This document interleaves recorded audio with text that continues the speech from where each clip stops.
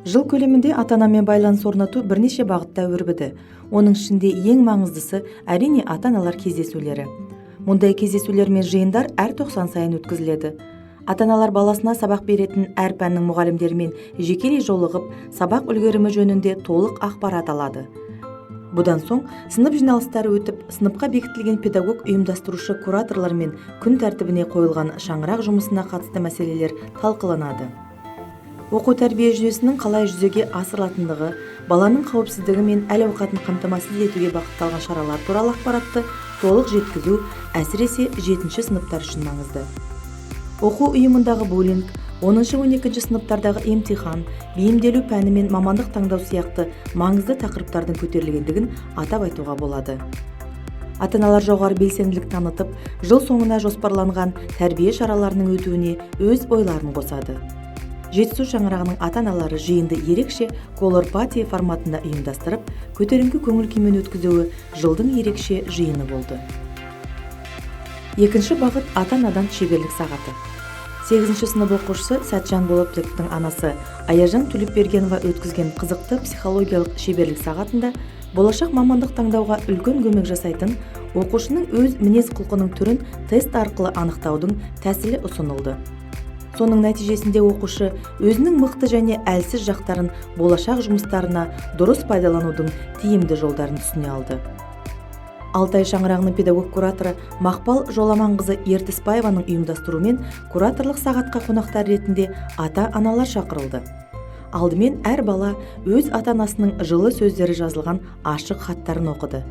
Сосын керісінше ата-аналар түрлі заттар көрмесінен өз баласының затын тауып алуға тиісті болды.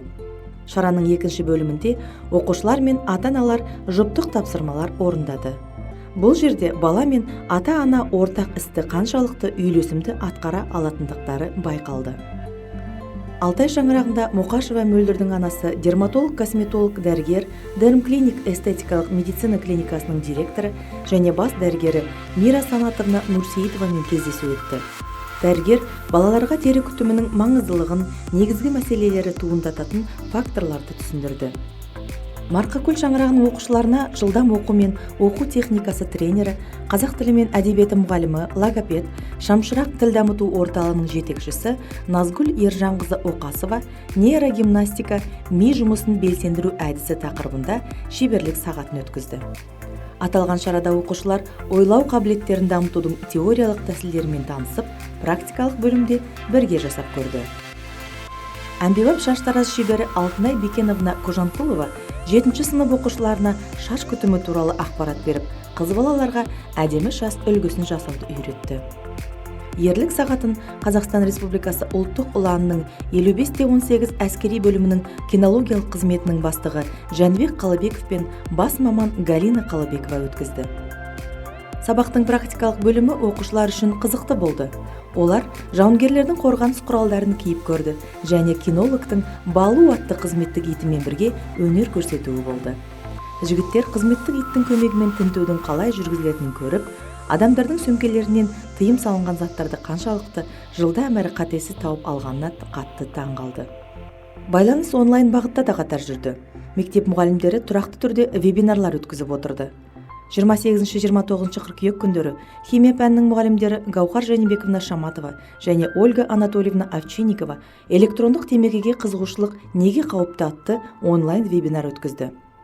Вебинар барысында спикерлер қазір ересектер мен жастардың арасында кең етек жайылған вейптардың химиялық құрамын ашып, әр заттың адам ағзасына тигізер зиянын жіктеп берді. Ата-аналар бұл тақырып өте актуалды екенін атап өтіп, пайдалы ақпарат алғандарына алғыстарын білдірді. 2022 жылдың 7 қазанында ата-аналар университеті жобасы аясында ағылшын тілі мұғалімдері Погорелова және Жұманазарова ағылшын тілі мүмкіндіктері мен болашағы тақырыбында онлайн вебинар өткізді. Вебинар тақырыбы әсіресе 7-8 сынып оқушыларының ата-аналары үшін маңызды болды және оларға ағылшын тілін үйрену мәселелерін жақсы түсінуге мүмкіндік берді. География пәнінің мұғалімі Нұржан Байбуров 2023 жылғы 15 ақпанда үй жағдайында баланың физиологиялық дамуына қолдау көрсету тақырыбында ата-аналарға арналған вебинар өткізді. Қатысушы ата-аналар вебинарда берілген ақпараттардың тың әрі құнды, бала тәрбиесіне практикалық маңызы зор екендігі туралы көп пікірлер қалдырды. Математика пәнінің мұғалімі Ольга Анатольевна Слонова ата-аналарға емтихан кезінде ата-аналар балаларға стрессті жеңуге қалай көмектесе алады тақырыбында вебинар өткізді. Вебинар барысында спикер балалардың интеллектуалдық қабілеттерін жұмылдыратын әдістемелер туралы айтты. Ол биологиялық сағаттың маңыздылығын атап өтіп, жүйке психикалық күйзелістен арылу әдістерімен және психологтардың ұсыныстарымен таныстырды. Ата-аналармен байланыс орнатуда тату отбасы жобасының рөлі ерекше. Аталмыш жоба курсы 7 сабақтан тұрды. Кездесулері әр жұма сайын өткізіліп отырды. Жобаға қатысқан ата-аналардың бірі Талант Исламұлының анасы Гүлнара Батикановна баламен бірге жүзеге асатын мұндай жобалардың арқасында өзара қарым-қатынас жақсарып, баламен байланыс нығая түсетіндігін айтты. Жыл көлемінде ата-аналар және балалар әр сабақ кезеңінде бір-бірлерімен тығыз байланыста жұмыс жасады.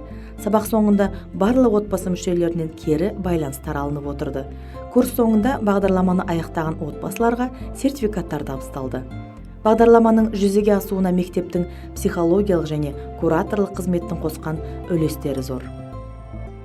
Жобалар легін отбасылық киносеанс айлығы жалғады. Ахмет Байтұрсыновтың 150 жылдығына орай оқушылар демалыс күндері отбасы мүшелерімен бірге режиссер Мұрат Есжанның «Ұлт ұстазы» фильмін көрді. Отбасылық киносеанс бойынша ата-аналар кері байланысқа шығып, фильм туралы пікірлерін де білдірді. 7-ші сынып оқушысы Даниярұлы Мұзафардың әжесі Жанна Рамазановна Қажиахметова: кезінде кітабын оққан едім, енді міне тамаша түсірілген киноны немереммен бірге көріп отырмын. 1937 жылы үндемес заман болған деп шешем марқұм айтып отыратын. Сол заман тарихы көрініс тапқан. Бұл фильмді көруге тапсырма беру арқылы балаларға екпе еккендей тәлім тәрбие беріп отырсыздар. Қазіргі жастар ол заман туралы білмейді. Сондықтан тарихқа баулып отырған мектебіне мен ризамын, алғысым шексіз.